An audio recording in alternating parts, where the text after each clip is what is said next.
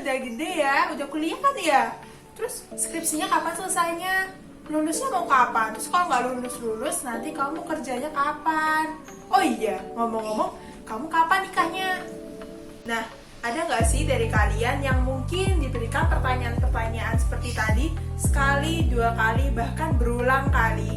Gak cuma dari keluarga deket aja, tapi bisa aja dari orang yang belum kita kenal.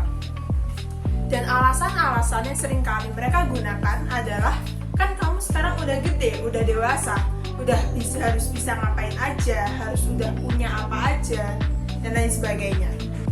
Menjadi dewasa artinya bagaimana kita mampu mengubah pola pikir kita dan akhirnya menentukan arah dan tujuan hidup kita.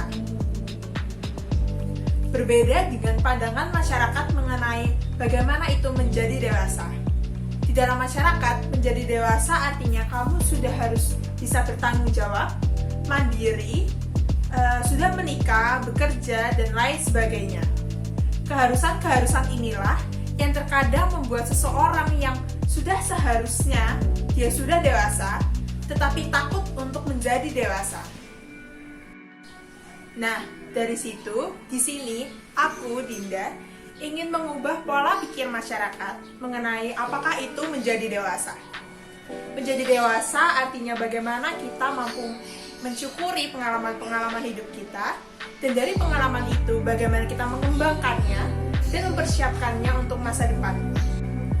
Oleh sebab itu, kita perlu mengubah pola pikir masyarakat, bukan hanya dari sisi pelakunya saja, tetapi juga dari sisi korbannya. Mengapa dari sisi korban perlu diubah pandangannya? Karena bisa saja pelaku ini dahulunya dia pernah menjadi korban.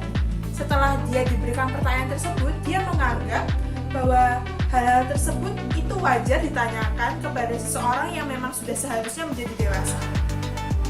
Di sini aku akan memberikan 3 cara mengubah pola pikir masyarakat mengenai menjadi dewasa.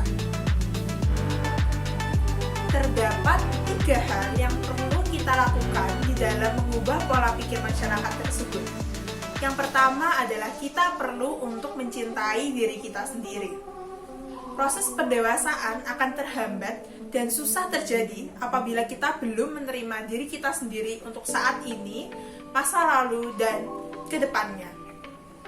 Yang kedua adalah kita perlu untuk melihat sisi positif dari segala situasi dan permasalahan yang ada. Karena apabila kita terlalu fokus pada sisi negatifnya saja, maka kita akan sulit untuk beradaptasi di lingkungan yang baru, bahkan permasalahan-permasalahan baru nantinya. Dan yang ketiga adalah kita perlu untuk mengatasi rasa takut di dalam diri kita.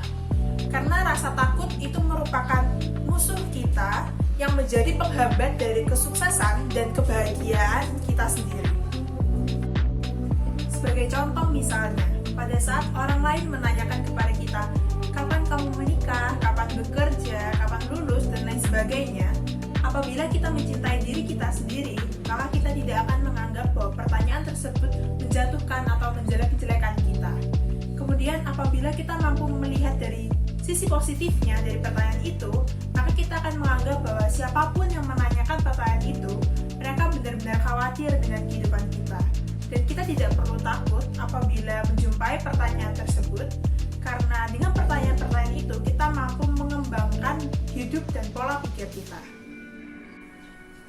Sebab pendewasaan itu tercipta dari segala usaha kita, dibentuk dari permasalahan-permasalahan yang kita terima, dan dipertahankan dengan keteguhan diri kita.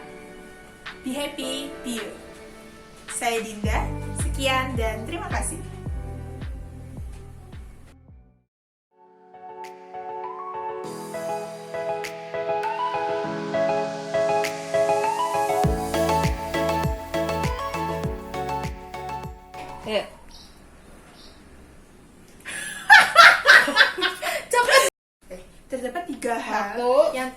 Terdapat tiga hal yang dapat dilakukan di dalam usaha untuk mengubah. Pendewasaan itu tercipta dari segala usaha kita. Saya Dinda, sekian dan terima kasih.